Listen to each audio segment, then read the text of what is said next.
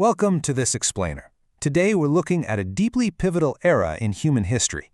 We're talking about that incredible 300-year span between the 15th and 17th centuries. It's the era where humanity essentially rose from the ashes of the Middle Ages to forge the modern world as we know it. It brings up a really massive question, doesn't it? How exactly did we escape the static, kind of localized world of the Middle Ages? Well, the answer isn't just one single event. It was more like a historical domino effect, a chain reaction where a massive shift in human thought led to new technologies, which then sparked global exploration, which transformed the entire global economy and ultimately shattered the absolute authority of the institutions that had ruled for centuries. Okay, let's dive into this. We can break down this massive transformation into four distinct pillars: the spark of rebirth, charting the unknown, the commercial revolution, and the great religious divide. So basically, it's about the mind, the map, the money, and the spirit. Pillar number 1, the spark of rebirth, which we all know better as the Renaissance. Now, what's really interesting about this secular shift is how quickly it translated into politics. Take Niccolo Machiavelli, for example. In his famous guide for rulers, The Prince, he completely stripped away the old medieval expectation that rulers had to be perfectly pious. Instead, he argued that a ruler's supreme obligation is simply to maintain power. It was a totally ruthless, secular approach that perfectly captured the shifting mindset of the era. And honestly, nobody embodies the multifaceted genius of this era better than Leonardo da Vinci.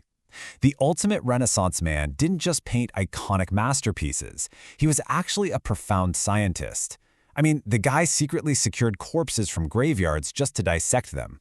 He perfectly intertwined incredible, realistic art with hard science to map out human anatomy. But here's the catch. This new reliance on observation and reason was incredibly dangerous. As science rapidly developed, it sparked a scientific revolution that directly collided with the Catholic Church. For centuries, the Church had propagated a geocentric view, meaning the Earth was the center of the universe. But then along comes Nicholas Copernicus with his heliocentric theory, proposing that the Earth and the planets actually revolve around the sun, and later Galileo proved this with a telescope. This clash of ideas was perilous. Going against the Church was considered literal heresy. I mean, it was so dangerous that Copernicus postponed publishing his work until he was on his deathbed. Galileo was slapped with house arrest, and another thinker, Giordano Bruno, was actually burned at the stake. Let's move to the second pillar and see how this builds into charting the unknown through new sea routes. So, wanting to sail the globe is one thing, but actually surviving the trip, that's quite another. This is where the era's technological leaps completely changed the game. Cartographers started drawing entirely new maps using latitude and longitude. Shipbuilders rolled out the caravel, which was a lighter, highly maneuverable ship. And perhaps the biggest game changer of them all, the mariner's compass became widely available. Suddenly, sailors weren't just leaving their lives entirely up to the mercy of a calm night and bright stars. Equipped with this new tech, we see an astonishing timeline of highly dangerous, world-changing voyages unfold in rapid-fire succession. In 1492, Columbus sailed west hoping to hit India, but accidentally discovered the Americas instead. Just 5 years later, Vasco da Gama successfully rounded Africa and reached India. By 1500, Cabral hit the coast of Brazil. And then, starting in 1519, Ferdinand Magellan's crew pulled off the unthinkable. They successfully circumnavigated the entire globe, though Magellan himself was actually killed along the way. Naturally, the sudden discovery of these entirely new continents brought unimaginable wealth, but it also kicked off some really intense geopolitical rivalry. To avoid plunging into all-out war over these lands, Spain and Portugal did something absolutely audacious. Backed by a papal bull from the Pope, they formalized the Treaty of Tordesillas in 1494. They literally drew a line down the map and split the undiscovered world right in half. Everything west of the line went to Spain, and everything east belonged to Portugal. Wild, right? Which brings us to pillar number 3, the commercial revolution and the birth of a totally new global economy. To handle the massive costs and hazards of outfitting these global trading voyages, new business structures had to be invented. The old medieval craft guilds just were not equipped for this. Enter the joint stock company, a genius Dutch innovation. Think of it as the ancestor of modern Wall Street startups. By allowing large numbers of people to invest together, they could spread out the immense financial risks and, of course, the enormous profits. This made large-scale global investment possible for the very first time. So the crucial point here is that this era gave birth to a brand new economic doctrine known as mercantilism. Governments started actively intervening in the economy to expand manufacturing and trade, with the ultimate goal of pulling more money straight into the state treasury.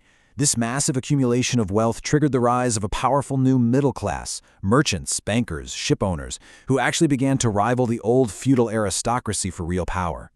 However, we have to look at the direct, devastating human cost of all this commercial expansion. As mining and plantation farming absolutely exploded across the Spanish, Portuguese, and English colonies, the demand for labor surged right along with it. Slavery, which had actually virtually disappeared from Europe, was revived. The result was the transatlantic slave trade, a massive, tragic system that forcefully exported more than 11 million Africans to the Americas. It was an immense, systemic exploitation of human life that fundamentally shaped these early colonial economies. That leads us into our fourth and final pillar, the Great Religious Divide and the Reformation. The mechanics of this religious divide unfolded in a few clear steps. First off, there was growing outrage over church corruption. People were particularly angry about the sale of indulgences, which was essentially the church selling papal pardons for sins to fund their lavish building projects.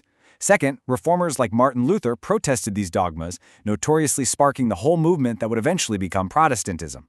Finally, the loyal Catholic establishment responded with the Counter-Reformation, sternly cracking down on dissent. Pretty quickly, this theological dispute escalated into devastating geopolitical civil wars all across Europe. Now you might be wondering, what made this religious rebellion so successful when earlier attempts had completely failed? The answer is the printing press. Invented by Johannes Gutenberg, the printing press was effectively the 15th century internet. Before this, Bibles were painstakingly hand-copied in Latin and controlled entirely by the clergy. But now, reformers were translating the Bible into vernacular, everyday languages, and printing them by the thousands. Knowledge spread like wildfire, allowing reformers to completely bypass the church hierarchy and reach the masses directly. The ripple effects of this Reformation were absolutely staggering. Europe found itself permanently fractured along religious lines. But on the flip side, because everyday people were suddenly encouraged to read the Bible for themselves, literacy rates just skyrocketed.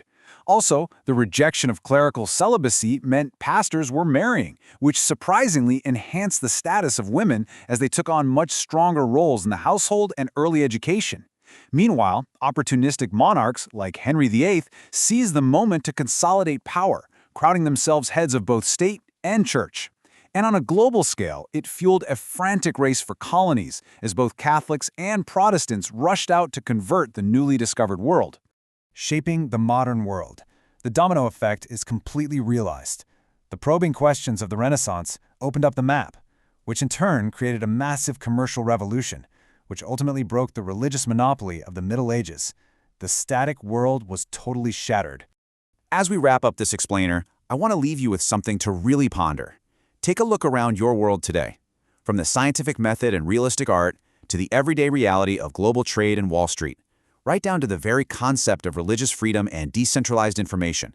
Which of these four pillars, the mind, the map, the money, or the spirit, echoes most profoundly in your daily life right now? Give it some thought. Thanks for joining me, and keep learning.